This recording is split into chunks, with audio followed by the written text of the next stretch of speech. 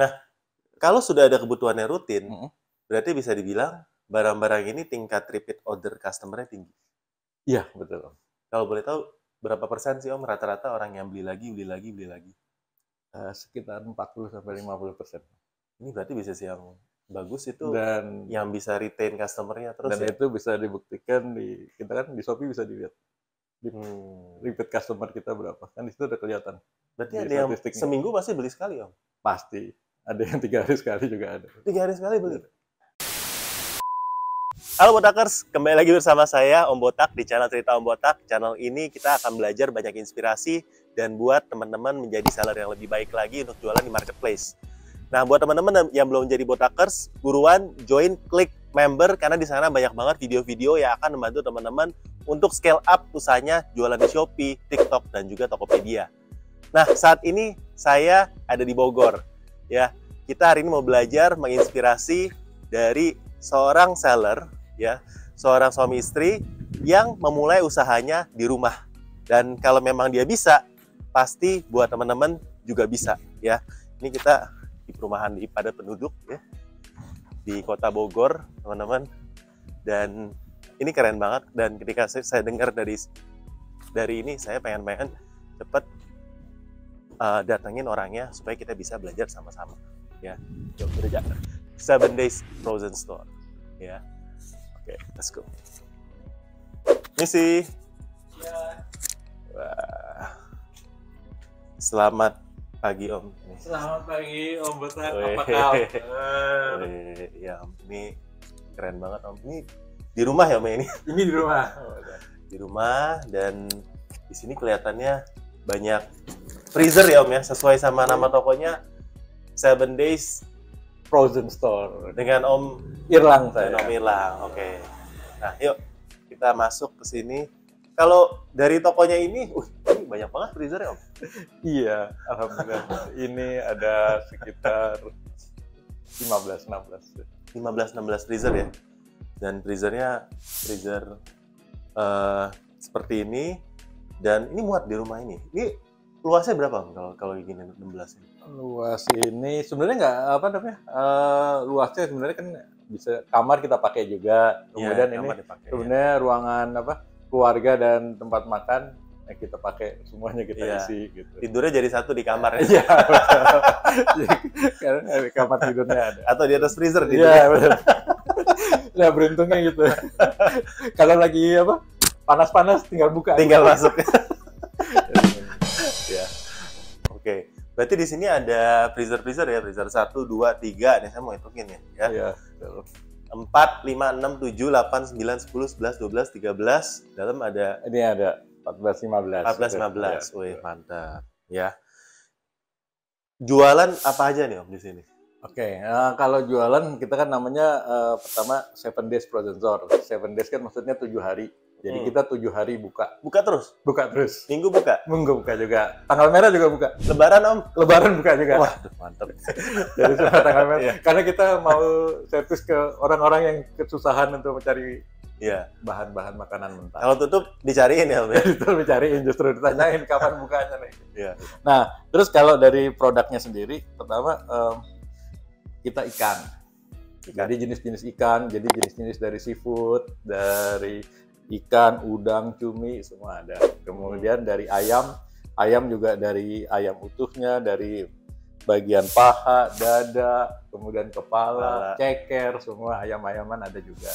Terus sapi juga ada, kita dari beberapa. Jadi bagian short plate-nya, sengkel, tulang-tulang, terutama iga, banyak dicari buat sop-sopan. Terus kemudian baru makanan olahan seperti bakso, sosis, nugget, nah itu ada semua juga. Kemudian juga makanan cemilan. Cemilan seperti ini. Oke, kalau ini kan cemilan kering. Iya. Cemilan basah ini seperti risoles, combro, pisang goreng, apa semua kan semua udah beku Om.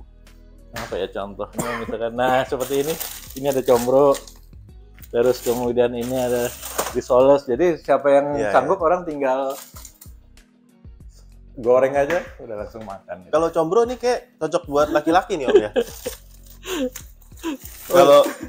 buat cowok cocok ya ini. Oh gitu. Iya. Kalau buat cewek comsis. Oke, oh iya benar. Ini bro memang Winter. Betul. Nah, Iya. gitu. Jadi kita mencoba apa ya konsep Iya. one stop shopping. One stop shopping buat kebutuhan rumah tangga. Kebutuhan Ya. rumah tangga. Jadi tangga. mereka kalau perlu semua apapun yang ada frozen tinggal beli aja karena lengkap. Jadi mau yang tadi ikan, ayam, daging sapi semuanya lengkap. Terus kemudian ada tambahan kalau juga nggak sempat, kalau memasak kan perlu bumbu-bumbu, Ya. perlu saus-saus. Nah akhirnya Ada juga nih. ada juga. Ada juga di sini ya. Coba kita lihat. Nah, tadi sudah lihat ya. Garis ini ya. Nah jadi di sini ada bumbu-bumbu. Ada orang susah mau cari santan, mau cari bumbu kari ataupun apa gitu, tinggal mau cari bawang putih pun udah tinggal beli aja. Tapi ini kelihatannya, ini kalau saya lihat ya, ini kelihatannya cukup simple ya Om ya. Karena kalau ini kan modal untuk deep freezer kayak gini berapa ya Om ya, yang ukuran seperti ini? Oke, bisa dilihat juga di semua toko online, tapi rata-rata yang baru semua merek kira-kira sekitar 3,5. 3,5. Itu kalau yang baru. Kalau yang Ya. secondnya mungkin 1-2 Oh juta iya, dapat betul. ya. Dapat. Dapat ukuran segini, Yang 300 liter. yang 300 liter ini ya. Hmm. Ini masih affordable lah ya. Masih istilahnya. affordable, Masih betul. affordable. Masih affordable. Sama ini bahkan, Wattnya juga kecil, jadi bisa dipakai di rumah. oh dia kecil. Wattnya kecil, Ini 15 gini nggak perlu upgrade. nggak perlu aku. Ini masih 2.200. Serius Om? Iya. Oh. Karena ini rata-rata ini cuma 150 watt, paling tinggi. Berarti kalau 2.200 bisa nambah lagi Om? Ya? Iya masih bisa lagi. Jadi cukup. Jadi di rumahan jadi mulai di 1.300 juga udah bisa. Ini 150, jadi bisa beberapa freezer dan pasti bisa. Oh. Berarti biaya listrik ini nggak terlalu gede? Nggak Om? terlalu gede. Kalau 15 ini kisaran berapa Om? Biaya listriknya?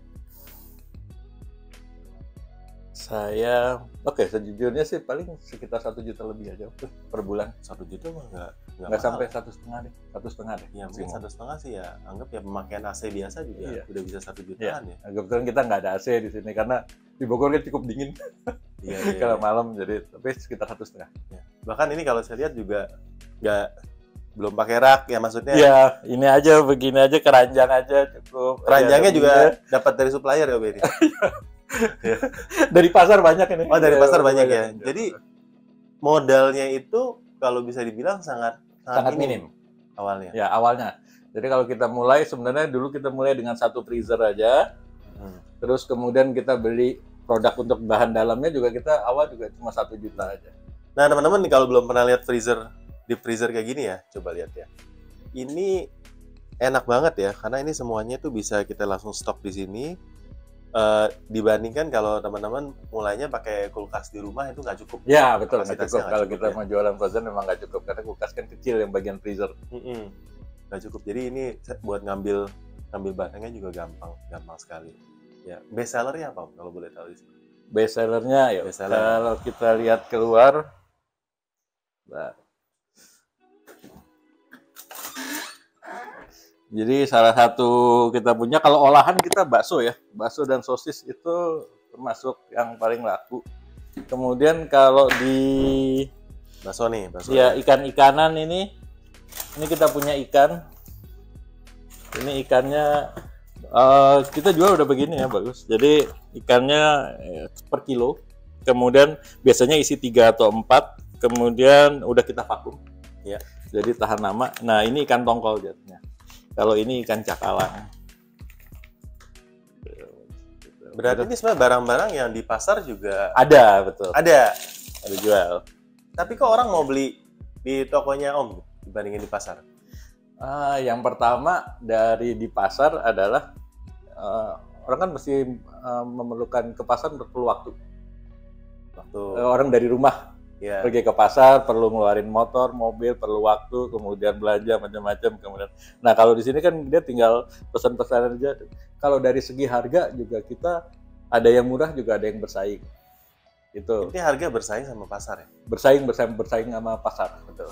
Ya. Terus kemudian yang kedua, kalau di pasar juga kita udah beli, udah kita bawa pulang, terus tiba-tiba rusak, kita mau komplain gimana? balik lagi ke pasar lagi, kita Iya. tuker lagi. Apalagi kalau penjualnya masih ada. Iya, iya. Kalau siang itu atau apa. Nah kalau sama kita, mereka komplain, kita langsung ganti. Langsung dikirim. Ada dua macam. Kalau tergantung dari pembelinya, ada yang mau dikembalikan dana langsung. Iya. Kemudian ada yang kita tuker barang juga ada.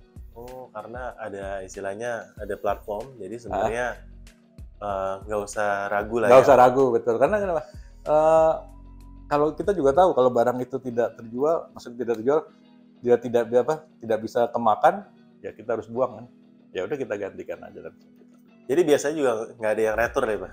Ya bisa dilihat nggak ada retur sama Nggak ada sekali. retur. Nah, saya juga tahu satu kelebihannya nih. Kalau di pasar ada jam tutupnya.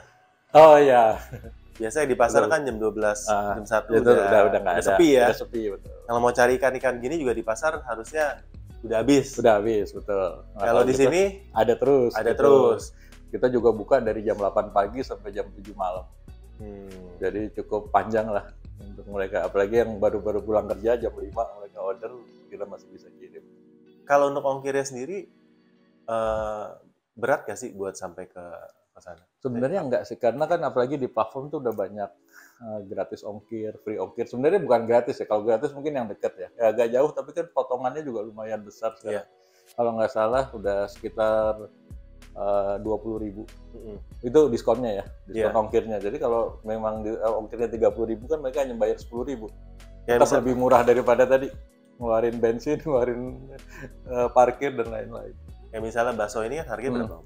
Harganya 32.000. Ada yang beli satu bakso ini doang? Satu. Ada juga. Ada ya? Iya. Dan mungkin dia nggak bayar ongkir sama sekali kalau dekat ya? Iya kalau dekat, betul. Oh, berarti ini permainannya permainan titik mendekatkan diri ke Ke customer, betul. Jadi kalau ini ya kita jangan takut, misalkan ya dalam satu kota ini yang jualan tadi, misalkan jualan bakso atau jualan tadi sosis, itu ada beberapa tempat pasti pembeli mendekati yang paling lokasi yang paling dekat. Berarti permainannya pilih lokasi yang strategis, yang banyak penduduknya di sana, Ya, banyak betul. customer lah Banyak ya. customer, karena kan tadi pembeli untuk beli ini kan pasti pengen masak cepet-cepet.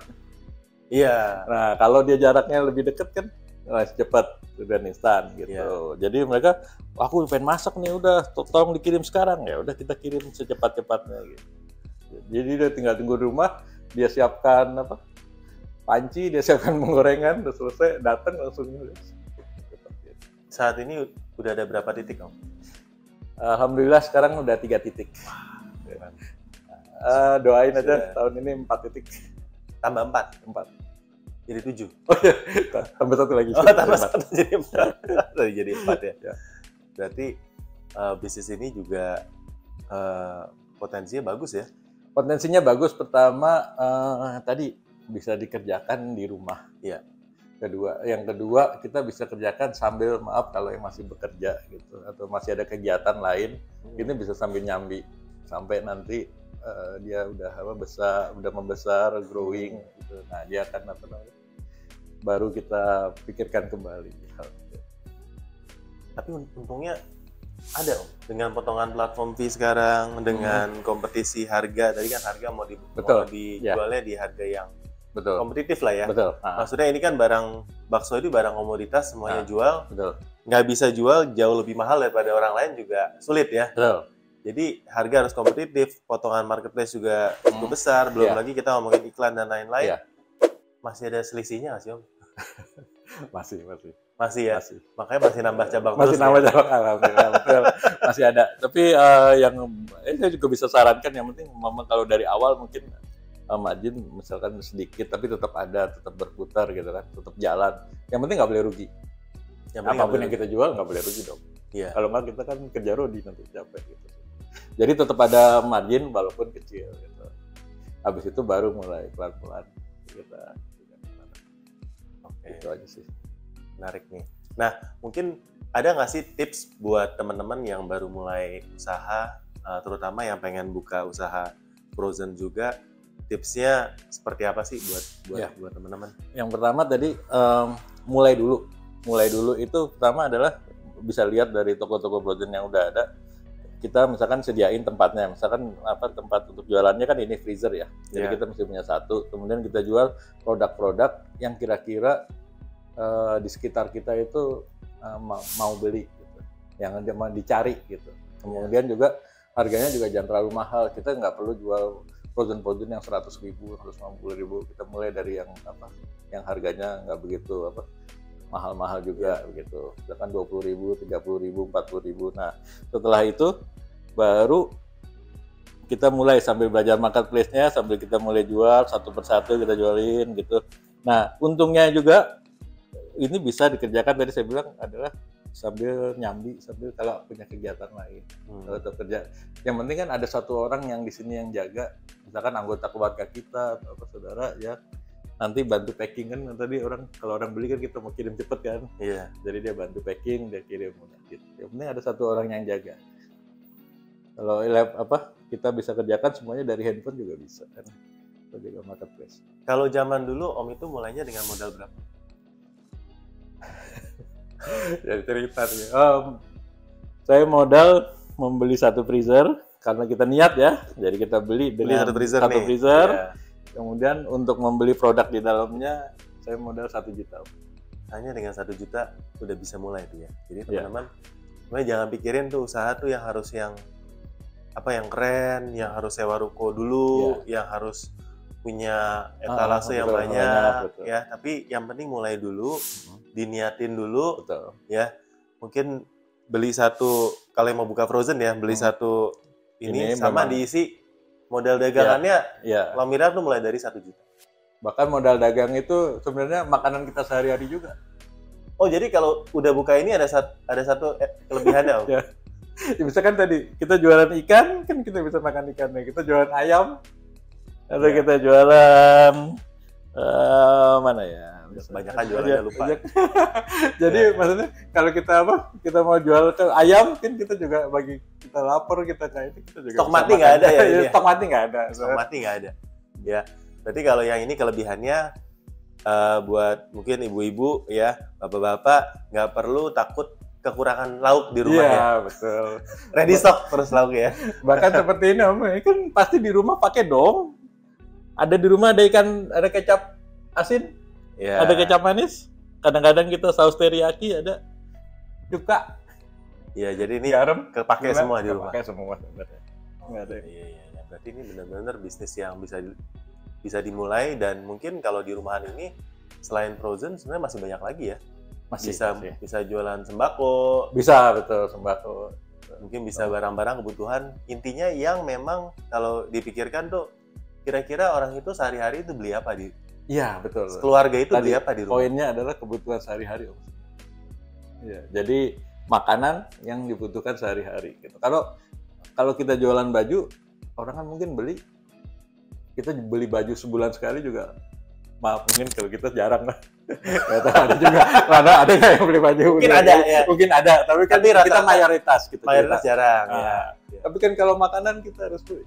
Pasti ayam pasti beli dong tiap minggu. Hampir semua. Hampir semuanya keluarga beli ayam.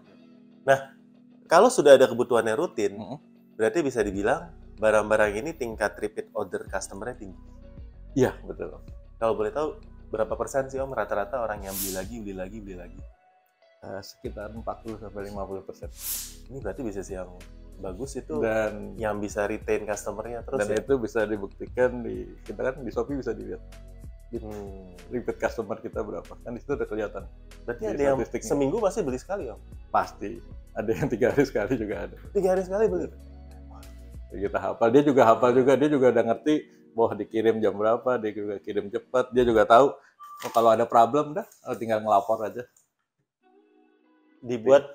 Tinggal bilang ke kita, komplain, nanti kita ganti. Nah, gitu. Kalau komplainan itu biasanya gimana sih komplainannya? Apakah barang rusak ataukah gimana? Jadi hampir semuanya kalau komplain itu dia misalkan dia ketemu barang, ternyata barangnya itu ada yang bau, ada yang rusak, misalnya nggak bisa dimasak, ya udah langsung kita ganti. Karena kenapa? Dari ratusan kilo yang kita jual, kalau kita ada 1, 2, 3 kilo yang rusak, wajar.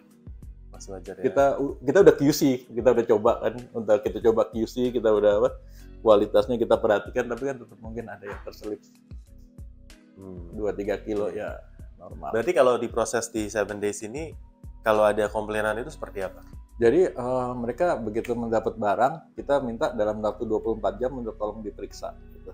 Jadi habis itu mereka akan beritahuan kita, begitu mereka chat ke kita langsung kasih solusi bahwa oh ya, sebelum kasih solusi kita juga tidak akan menanyakan fotonya. Unboxing. Kita unboxing, kita tidak akan minta video, kita nggak apa.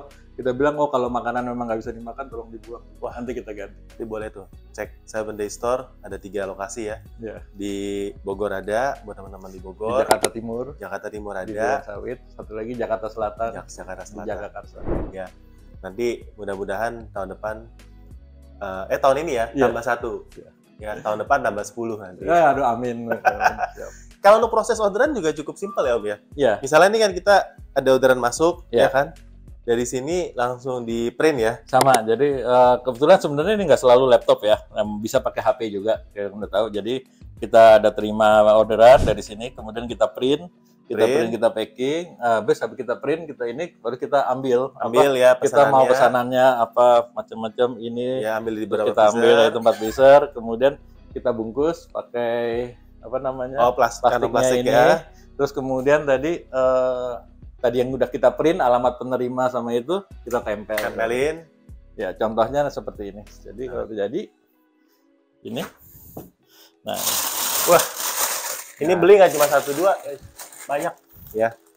Ada 6 produk langsung ya beli ya sekitar gitu. Nah, nanti kita supaya menjaga tetap beku dan bagus, kita taruh di sini terus sampai drivernya datang. Sampai driver datang. Berarti mayoritas yang beli ini Online.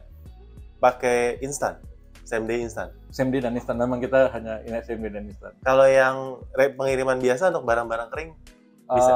Sebenarnya bisa, tapi sebenarnya kita belum on kan dulu karena memang apa namanya, dia kalau kita tahu di marketplace dia ada pengaruhnya sama barang-barang yang lain. Jadi nanti semua produk bisa dikirim semua. Itu kita kan menjaga supaya nggak basi kalau dikirim pakai biasa gitu.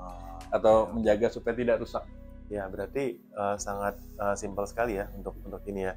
Nah, mungkin terakhir kira-kira bisa kasih satu kata motivasi nggak Om buat teman-teman seller yang memang dari dulu kepikiran tapi belum mulai-mulai nih untuk buka usaha ini, apalagi mereka kalau lihat kompetisinya udah begitu banyak dan gitu, juga melawan seller-seller besar juga udah banyak. Ini sebenarnya gimana sih mereka bisa mulai? Pertama sih jangan takut dulu gitu. Jadi diniatin aja. Kalau memang sudah niat untuk membuka usaha, kita coba aja.